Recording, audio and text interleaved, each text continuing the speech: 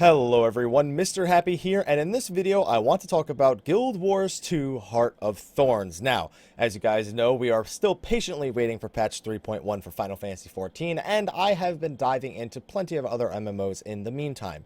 Now, while I've become more educated about games such as WildStar and Blade & Soul, Guild Wars 2 Heart of Thorns comes out this Friday, October 23rd, and while I have been playing a decent amount of Guild Wars 2 on my live stream, I wouldn't say I'm in any way that knowledgeable about what is actually going on in Heart of Thorns, minus the details that people have been giving me in my stream chat. So instead of doing a video where I teach you about Guild Wars 2, I just figured I'd do a video where I learn things about Guild Wars 2 Heart of Thorns. With my history with Guild Wars 2, I bought the game when it first came out, over 3 years ago at this point, and I honestly liked a lot of parts of it. I liked the world, I liked the detail, I liked how alive it felt. I also loved the PvP, but I wasn't a big fan of the PvE. So much so to the point where I still don't even have the basic main story done, not to mention the living story, which is a totally other, well, story. But besides that, I do want to try out the raiding. I do want to give the game an honest shot in the PvE aspects while also enjoying the PvP aspects, especially the world versus world. So I've pulled up the wiki page for Guild Wars 2 Heart of Thorns, and I'm going to read through some of the details. Now, some of you may know this already, some of you may not. So hopefully it's a learning experience for both of us. Don't expect this video to be all too popular, but it was something that I really felt like I needed to do and wanted to do at the same time. So really quickly, the first few things here seem to be purchasing and pre-purchasing. A lot of the pre-purchase bonuses are long since passed. They had to do with pre-ordering the game before July 30th. Other than that, I guess I could just briefly touch on what the actual pre-order bonuses are, plus what the actual bonuses are for the different versions of the game. Now, for those who don't know, Guild Wars 2, the base game, is now free to play. So you don't need to buy Heart of Thorns automatically to get into the game. Now, if you are interested in trying out Guild Wars 2 for free, check the description of the video below. You can actually directly support me as a broadcaster and YouTuber by trying the game for free, getting to level 2, and who knows, maybe you'll come by the stream, maybe you'll want to do some dungeons together, do some zergs as we level some new characters as well. Those are some of the events that I'll definitely be arranging with Guild Wars 2 in the future. Now, let's just scroll down over here. So, for those of you who do want to try out Heart of Thorns, which, by the way, if you want to support the stream, you can also buy Heart of Thorns through me, if you check the description of the video. There are 3 editions, Standard, Deluxe, and Ultimate. Now, Standard is $50, Deluxe is $75, and Ultimate is $100. And as you can see, there are the other currencies here listed as well, depending on where you are in the world. Now, the basic version just gives you Guild Wars 2 Heart of Thorns access. Now, I have been told, and I'm hoping that it'll say something somewhere here, that there are certain things that are in the free-to-play that are restricted in the free-to-play version unless you buy Heart of Thorns outside of just the Heart of Thorns access. Yes, you can access all the vanilla stuff, but some of it is locked behind higher levels. I believe the world versus world is a solid example of that.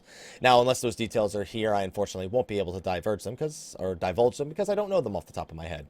Now, if you own the deluxe version or the ultimate version, you also get an additional character slot, miniature Revenant Ritlock. I'm almost positive. No, I don't have a Revenant one. I just have the miniature Ritlock from my original ultimate edition. Revenant Finisher, which is like a PvP finisher when you're executing somebody. Mordremoth's Bane Guild Decoration. Well, a guild decoration. I think that speaks for itself. And the Heart of Thorns Glider Skin. Now, if there's any way we can look at these items, that is the guild decoration, as you can see right up here. It's not a very elaborate picture, but you can get a rough idea. And we also have the glider skin, which is over here. Oh wow, that looks pretty cool actually. Look at that. Glider skin. Well, there's going to be gliders in the expansion, by the way. We'll get into that a little bit better. That looks pretty cool though. I'm down for it. And then, of course, you have the Minion and the Revenant Finisher. I wonder if there is actually a thing for the Revenant Finisher real quick. Alright, that looks pretty cool. Revenant Finisher animation and wardrobe preview. He looks like he's about to smash that guy.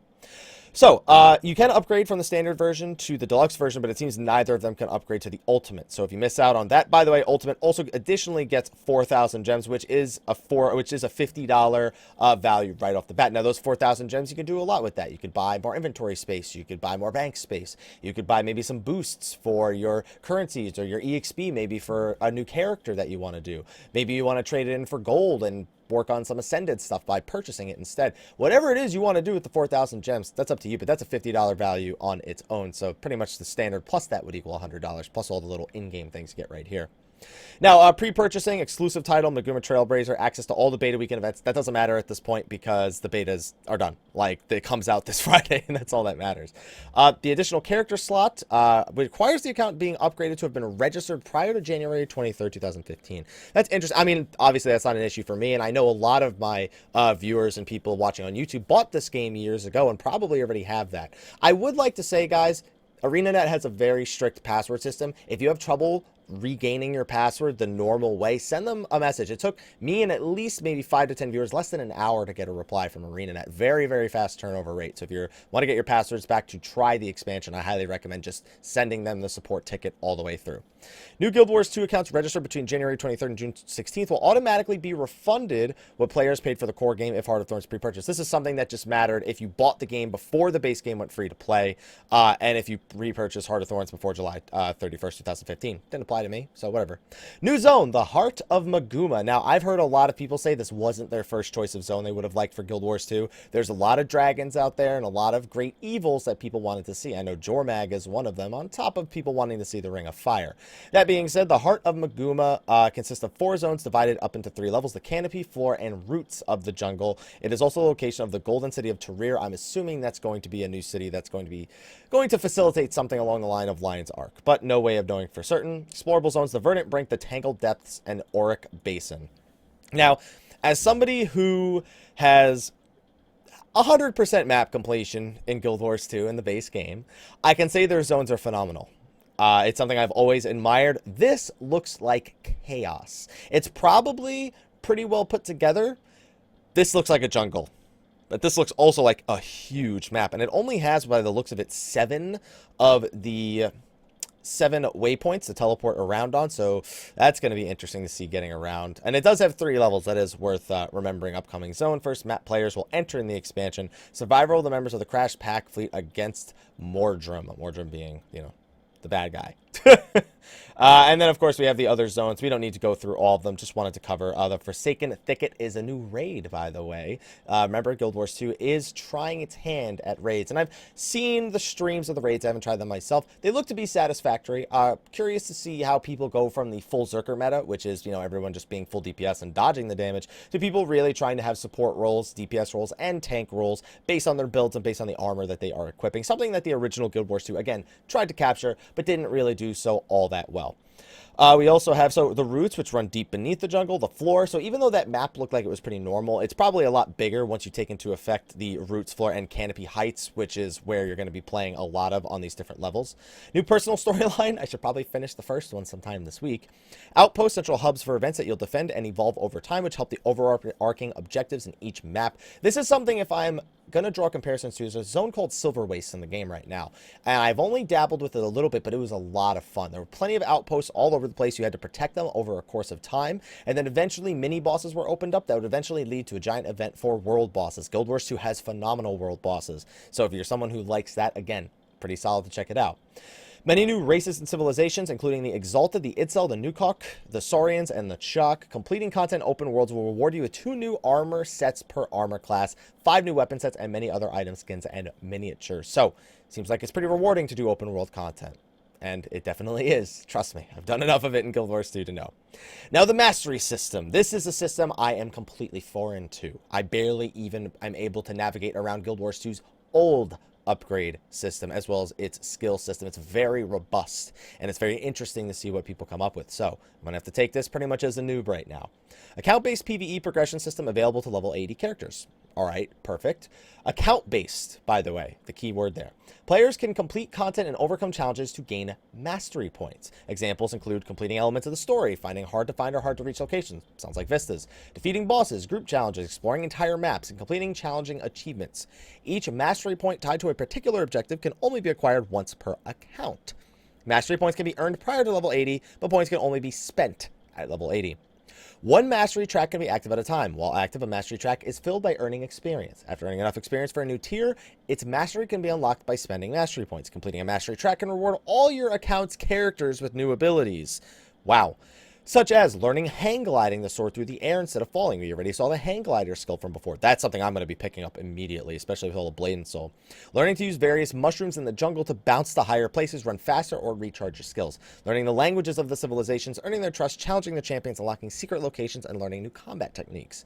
Unlocking collections for obtaining legendary weapon precursors. Uh-oh. I'm scared about legendary weapons, guys. Unlocking achievements in Fractals of the Mist. Fractal challenge modes, more powerful infusions, and instant specific buff items. I'm going to need more powerful infusions for the 51 through 100 Fractals, which we'll talk about in a bit. Unlocking mentoring badge for your characters and gaining speed boosts in cities and bonuses to crafting, reviving, and picking up loot. Basically, lots of ways to improve your entire account's effective usefulness. Basically, I'm actually a fan of unlocking account-wide things. Something that I really like in World of Warcraft is account-bound armor. Now, that's not entirely what's going on here, but it is something that as a Final Fantasy XIV player, I do envy the ability to have certain armor pieces that I can spend across alts. Now, I know Final Fantasy XIV isn't a very alt-heavy game, but again, I appreciate systems like this. So, looking forward to working on the Mastery system. Since I have 100% map completion, you can be damn well sure I'm going to be working on the Mastery system a lot. We also have Masteries, Mastery Tracks, and Mastery Points are divided into two separate categories, one for core Guild Wars 2 content and one for the Hearts of Maguma. So, again, it seems that even with... I wonder if you need Heart of Thorns installed in order to access this then, because if it's based on the Guild Wars 2 original content and the expansion content, doesn't it make sense that you would be able to obtain them without the expansion? If that's just kind of part of the patch. It's not really made perfectly clear here. I would like some confirmation from those of you who are my viewers who are going to be trying out Heart of Thorns. New profession, Revenant. Now, we're used to calling them classes. In a lot of MMOs, in 14, we also call them jobs. In Guild Wars 2, a class is known as a profession. It's a little confusing for some of us, but that's okay. And the Revenant is one that I've been keeping my eye on a little bit, so I am somewhat familiar with what the profession is capable of. New heavy armor profession that channels and controls the powers of the mists. So those of you who are Guild Wars lore fanatics, I believe Guild Wars 1 and Guild Wars 2 are 250 years apart, you should recognize quite a few of the things that are referenced here in the Revenant class. Profession, my apologies. When channeling a legend, the player's heal, utility, and elite skills change based on the legend, defining the role the Revenant plays in combat. Now, as you can see here, there are multiple different builds for the Revenant. Again, if you like multiple different builds, there are, well, you pretty much enjoy any profession in the game and play the build that you want. But let's see what they have here. We have Dwarf Stance, which changes the Revenant to become harder and tankier, allowing them to hold down the front line and gain abilities of the Dwarves. We have the Demon Stance, which is a conditional based damage. Some of you may know them more as dots. Conditions are a little bit more complex than that. They can remove conditions from party members and put them back onto the opponents. You have the more supporty one, which gives them AoE healing skills and condition removers. So there is the support Revenant. You have the Assassin Revenant, which gives them high mobility and allows more direct damage. So again, lots of different choices. And of course, Elite Specialization, they have the Dragon Stance, which provides them access to lots of boons that can be shared allies. Boons, of course, buffs being the more common word. Each boon sharing skill has a release skill, which can devastate an area, as it says right here. A lot of different funds. I'm actually really interested in the Centaur Stance. I'm thinking about running a support Revenant at some point, but until then, I'm looking maybe at a tank Reaper. But I don't know all the skills yet, so that's not really safe to say. Now, Elite Specializations. Every profession has specializations in the game currently that you can spec into different areas. Now, that makes for, again, multiple builds, but most people just go for the most DPS builds or the most, depending on AoE or PvP. Slight build changes occurred there, but there are lots of different options here as well. Every original profession is going to be gaining access to what looks like a new weapon as well as an elite specialization. Previously unavailable weapons, new trait skills, unique profession mechanics. I am going to be checking out the Reaper, but I think if we tried to get into all of this in this video, we would be here forever. All I can say is check out the description of the video, come to the wiki, try to research these, see which one you like the best. I will try to do a video covering the ones that interest me the most. So they can be unlocked at level 80 and are not tied to the Mastery system. Now, if I remember correctly, somebody told me it's 150 hero points. I would love some confirmation on that. Somebody in my chat said you should try to have 100. If you already have a level 80, try to have 150 hero points saved up for your elite specializations. I have 173, I think, so good to go there. Each profession has one new elite specialization, though the system easily allows for adding new ones in the future. Basically, they're saying they may be more elites in the future. Curious if they'll resist or they'll make it so there's only one elite specialization allowed to be equipped at a time. That would be interesting. Specializations are swappable out of combat just as easily as changing skills or traits, and new weapons are only new to the profession. No new weapon types are being added into the game. So Reaper is the one that I only have a level 80 Necro. I have a 41 Guardian, I have like a level 30 of something else, and I have a bunch of EXP boosts to get other characters up. But this is the one I'm interested in the most. The Necromancer was the first thing I leveled to 80, and this will give them great swords. Great swords on my Mesmer, my favorite weapon. So I'm really excited to get to play it on my Necro as well. Now, from what I can read here, replaces one of their key abilities, Death Shroud, with a new thing called Reaper's Shroud, which basically seems to replace a lot of the other skills before. Reaper's Shroud replaces that, turning your life force into health. Interesting. Leave Reaper Shroud and return to your normal form. Pretty basic. They have Life Rend, Life Slash, and Life Reap, which all have their own effects and also inherit the traits from Life Blast. Now, it says traits. More specifically, when I go into this, these originally seem like traits to me, but there are related traits down here where you can get things like Shroud skill pierces one and causes vulnerability, or Shroud inflicts one burning to your opponent. I'm assuming it means these traits are going to carry over. Hopefully that is the way that it ends up working. Death's Charge, slide forward and blast an area inflicting blind, also inherits traits from Dark Path. I don't know, I much prefer the other Dark Path, but blind is pretty effective, especially if I'm planning on running like a tank Reaper. Having a blind is probably a pretty effective thing. Infusing Terror, shroud yourself with dark armor that grants stability. Well, very important. You may shatter this armor to fear foes around you. Good CC, as well as good defense. Stability, by the way, prevents you from being knocked back. It may have more effects, but like I said, still relatively new, coming back into the game for the first time in a pretty long time. Detonate your armor to make foes flee. Fears flow is what I said. Soul Spiral, spiral and damage nearby enemies, dealing high damage. Life Transfer is the old skill, which used to just steal life and life force from the enemies around you. Executioner's Scythe, deliver a powerful overhand strike to stun a target, deals more damage the lower the health the target is. Great Execute leaves behind a field of ice. So they have plenty of new skills, and of course, being a Reaper, you also gain access to the Great Sword, which has its own set of skills outside of the Reaper's Shroud. Cleave foes in front of you, cleave foes in front of you again, strike the foes and chill them. I'm down with that. Gravedigger, perform a huge swing that deals heavy damage. See, this is already sounding great for me, because this sounds like area damage out the wazoo. Recharges faster if it hits a downed or low health foe. Sounds really good for PvP. Oof, sounds like you would execute people with that attack. Death Spiral, conjure a drill of dark energy on your blade and rend the armor of your foes. I'm liking it. Nightfall, call down a growing column of shadows that damages and applies conditions on foes per pulse. And Grasping Darkness, toss spectral scythes at foes in front of you, applying chill to them and pulling them to you. Man, I'm trying to think of what would combo well with this. I'm sure there's already plenty of forum posts, but me just thinking off the top of my head, what would pair well with the Great Sword? Oof. I'd have to take a closer look. I'm not going to make a guess right now. Healing skill, heal yourself and strike foes around you, absorbing life force, which is, remember, the thing that you use in order to go into Reaper Shroud. So this will make it so you're able to get into your Reaper Shroud more often. Plus, utility spells, nothing can save you, damage foes around you, converting their boons into vulnerability. Nice. Your attacks become unblockable for a short time. Also nice. The duration increased based on the number of foes struck. I like it. 25-second cooldown. Pretty long. Rise, damage foes around you, summon a shambling horror near each enemy struck. Shambling horrors absorb damage for their master. See? I want to be tank. This is perfect. But they lose health over time. That's fine. Suffer, damage foes around you and chill them. Transfer a condition to each foe you strike. And damage foes, inflicting conditions on them and giving you boons. Grant additional might per foe struck. A lot of AoE utility here. A lot of AoE utility. As well as a new elite skill. Freeze all enemies around you, gain boots. It really seems like you really want to be in the thick of a lot of enemies here with the Reaper, because you get so many benefits for hitting multiple foes, even with all these super long cooldowns.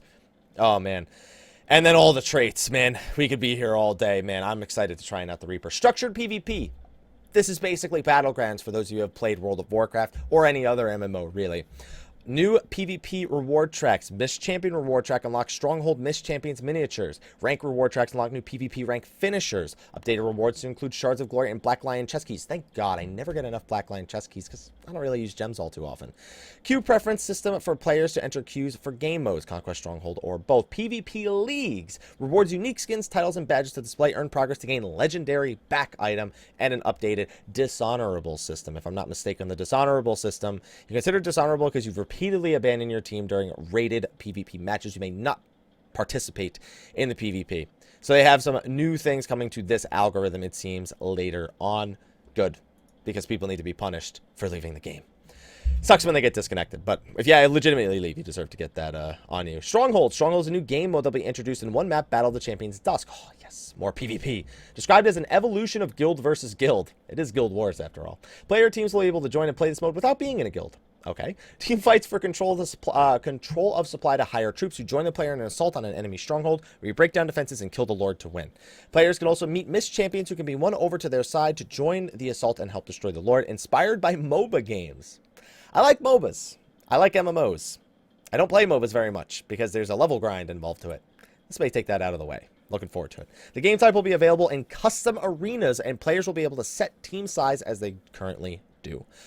World versus World is getting the Desert Borderlands. New map where each keep has its own distinct theme. Holding objectives around each gives abilities in proximity to a respective keep to the world that holds it. When controlling shrines around the Earth Keep, the keep raises earthen walls to block enemy armies.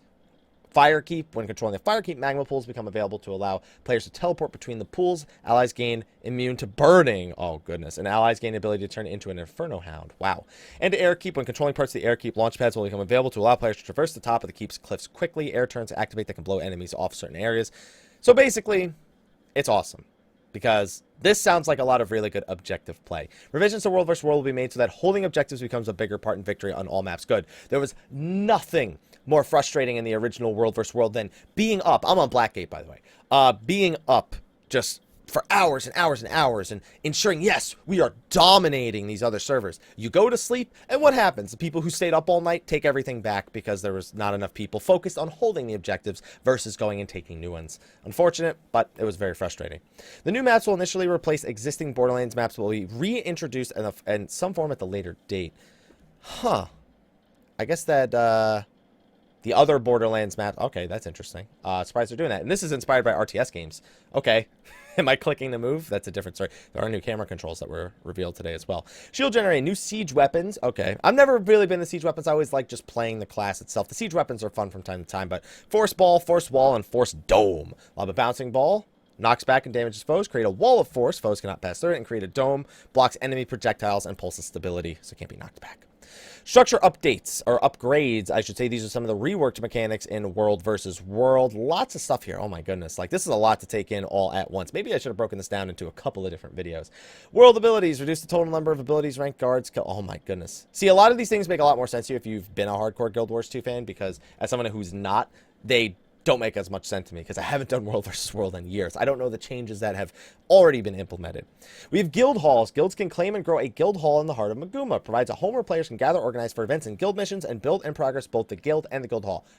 Basically a house, but a lot cooler. Smaller guilds will be treated respectfully. So you don't have to have a huge guild, basically, for your guild hall. Guild halls will be locations discovered and entered on the world map, but are instances for your own guild owns.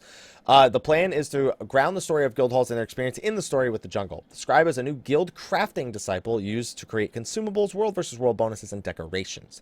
Guilds can register guild teams to compete in structured PvP in both Conquest and Stronghold maps. I gotta get a guild, man. Maybe I'll just talk to Doc real quick. Leaderboard will show the best guild teams in the world. Reworked, but actually, I'm on Blackgate. I would have to make sure I find someone on Blackgate. Guild chat, introducing cross-guild chat. Oh my god, we need this in 14 so bad. What happened to guild alliances or free company alliances in Final Fantasy 14? Bring it back, please. Guild currencies favor incentivizes guilds to gather and complete missions. Ethereum replaces the pacing elements of the current queue system, establishes a baseline rate in which our largest guilds can progress that cannot be circumvented by spending gold. Interesting. Resonance serves the sole purpose of speeding up the assembling of guild items and removes the need to balance other currencies around that. Meanwhile, resonating shards reward guild members through successful guild missions. Existing currencies' influence will no longer be able to be acquired once a new system is released. Aww. Each day, you may trade a limited amount of influence for favor. All right, so you're not even going to be able to trade it all in at once. Once per day, you may use influence to purchase a small boost to your Ethereum production. Whenever it suits you, may convert influence to resonance. Guild merits will be removed, and guild commendations will still be rewarded to players who complete guild missions. And there's guild upgrades, there's guild missions, guild claiming, where you can claim structures in World versus World, where you can do new... Well, guild missions were already available in the past. Oh, wait, well, there were sort of guild missions. I've run into a few of them in the open world. There was new things I had to do coming back in order to get my 100% completion back. Guild portal and the guild hall will allow players to travel waypoints near each other's missions starting. There's so much information going on here, guys. I'm gonna need to break this down into a second video where I conquer just guild stuff, because Whew, my brain is starting to get riddled right now with information. That's not the right word to use, but that's okay. Challenging group content. This, on the other hand, is right up my alley. Raids, new PvE instances that require 10 players. In the original game, you had dungeons, explorable dungeons, you had open world bosses, and you had fractals, all of which were 5-player encounters. Now we have new PvE instances that require up to 10 players. That's all you see here. There is some footage out there of raids, and I'm very interested. I may even do a video where I review the raid and kind of go over what I see difficulty-wise, mechanic-wise, if I'm impressed, if I'm not impressed. Curious to see. If you want to see that, just let me know. Fractals. Now, fractals basically used to function like this. It was a set of 4 dungeons, right? 3 fractals and a boss fractal. And you had to complete all 4 of them to complete the fractal and just complete the reward level and get your reward at the end. There was daily fractal bonuses usually, some things like that. And honestly, I find it a lot of fun. Which fractals you get was completely random for the first 3, and then the last one, the boss fractal, I'm told is random as well. But I've gotten mixed signals about that. So now we'll be changed to single fractal islands instead of a fractal chain. Mistlock instabilities will be added to, updated, or replaced. Increase max fractal difficulty scale to 100. So you start with 1 to 10 for fractal difficulty, and those weren't so bad. I think I'm on like fractal 4 or 5 because I haven't had time to chain run too many fractals. As you get past that, you start needing something called agony resistance, which basically means, you know, enemies that you're fighting will start dealing damage occasionally to everyone fighting them, on top of the additional mechanics, additional enemies, additional objectives that you have to complete. So all the way up to level 50, you needed a lot of agony infusions in your gear in order to ensure you could even survive the level 50 fractals. On top of the fact that, well, enemies are just way more annoying. Bosses would survive way longer at those levels. That being said, they're now 50 more levels. So gonna imagine, remember when we were talking about those increased infusions before? It's probably going to be pretty important. Additional stats will be scaled up, such as precision and toughness. High-level fractals will use multiple instabilities at once. Now, that is Mistlock instabilities. Let's clear up what that is real quick. Special modifiers that have various effects on players and their party's journey through Fractals to the Mist. These can be anything from simple conditions to insidious extra creature attacks. These effects start at difficulty level 31. Every following level has its own Mistlock ability. Wow. You are frequently afflicted with agony. No shit. I tried level 50. I got demolished. Outgoing damage is reduced when endurance is low. Elite skills cause death. Wow, that sucks not being able to use your elite skills. Regeneration, protection, and vigor have unintended effects. Nearby allies reduce your healing effectiveness, so you have to stay spread out. Periodically leave a patch of freezing frost, as opposed to not freezing frost. Overextended. Take damage when you deal critical damage. Well, that sucks. Combat is agonizing. Get a kill for relief. So you have to get kills constantly in order to stay alive. Lethargic. Reduced endurance regeneration, which means you can dodge less often. Untargeted enemies take half damage, so AoEs are less effective. You are frequently afflicted with agony. Thanks again. Enemies explode when killed. Poison, chill, and confusion have unintended effects. Like, all of these. So there's going to be new ones. Oh, man. That sounds like it's going to be fun. That looks like it's going to be fun. A lot of fun. Updated achievements, new consumables that affect players inside of Fractal. New achievements. Daily achievements replace daily bonus chests and will focus on 3 ranges as well as a specific scale. Fractal encryptions are reward chests from completing a fractal that can be traded to other players containing a mini Professor Mew. New ascended aquatic breathing recipes, high-level crafting materials, and many other rewards. New collection for fractal weapon skins which can be purchased from the Buy 2046. And after reaching level 51 for pristine fractal relics, those are gotten from clearing a fractal chain, by the way. New tier fractal weapon skins from high-level fractal rewards. Fractal leaderboards will be added. Interesting. Other content, adventures, map bonus rewards. Oh, can I get that? Completed by earning events, jumping puzzles, mini dungeons. I got that. Rewards include crafting materials and currency. Starter mats will not include. Oh, I wanted those. Repeatable on-demand Pve challenges for max-level players closely tied to the new Mastery system. Players can compete with each other through the leaderboards for adventures, and examples of an adventure could be killing enough vines with a flamethrower within a limited... Oh, so these are like Wild Stars, open world events that kind of happen. Challenges. They're almost, that's what it sounds like at the very least, where, you know, you'll be in the middle of doing something and all of a sudden you'll like kill something and it'll be like, do this real quick. You have 3 minutes. And it's like, oh God, I got to do this real quick. That's what it sounds like at least. But it says for max level players and it's tied to the Mastery system. They are also repeatable. So yeah, pretty similar, I suppose. It reminds me a lot of that WildStar system. At bonus rewards, ascended equipment will be salvageable for materials used to craft legendary equipment. I don't even have any Ascended armor, guys. I'm going to look like such a scrub. I only have a full set of exotic Berserker gear, and only because people watching my stream were like, please, I can't take it. Your gear is so bad. Just take it, please. Legendary equipment, back items, and armor. 3 new legendary weapons will be available. Oh my god. And they're account bound. Nice. Access to legendary weapon collection achievements to craft precursor weapons. Oh, man. Commanders and squads updated interface to display up to 50 players, displays players' refresh, elite specialization, health supply, and ready checks. Option to limit which players can join a squad, open, join.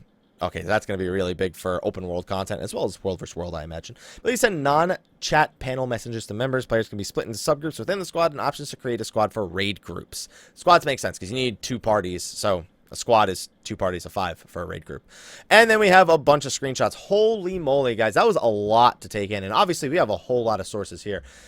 Guys, Friday is looking pretty grim for me. I'm going to look like such a noob, but there's so much information here that I still need to absorb, and hopefully you guys want to absorb it with me as well. Everyone, thank you for watching this video. Hopefully you learned something more than I did, because as much as I learned, I have just as many questions about Guild Wars 2 Heart of Thorns before you play Friday. Remember, again, if you want to support the YouTube channel, you want to support the stream as me as a broadcaster or content creator, you can try Guild Wars 2 for free in the description of the video. Just click that link, make a new account, get to level 2 at least, and guess what? You're directly supporting this guy. It's a crazy, great partnership system. If you ever decide you want to be a YouTube content creator or a broadcaster, look into ArenaNet if you're interested in Guild Wars 2, because it's a phenomenal system. Also, you can buy Heart of Thorns. That would also directly support me. If you're interested in it, obviously, you probably want to try out the base game 1 to 80 for free. Not just a free trial, remember, like, oh, 1 to 20. No, 1 to 80 for free, with minor restrictions, as mentioned before, but either way, it's at least a pretty good deal.